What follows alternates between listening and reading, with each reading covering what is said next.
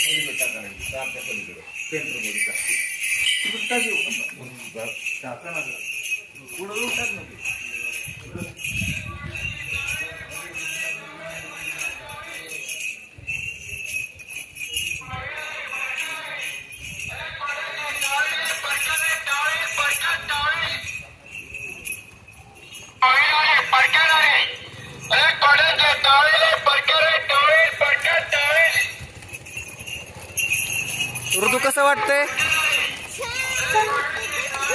ऋत्विज कसं वाटतंय?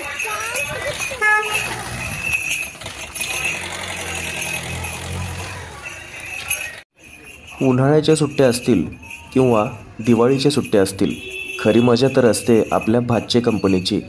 म्हणतात ना ते गाणं, झुकू झुक झुकू झुक आगीने गाडी आणि मामांच्या गावाला जाऊया. तसं उंटांवर बसून आपण आता खूप मस्त मजा करून फिरूया. अशा पद्धतीने उंट सवारी खूप छान पद्धतीची झाली आणि मामा भाच्यांना मजा आली. सर्वांना आता बाय बाय. व्हिडिओ नक्कीच आवडला असेल. बाय.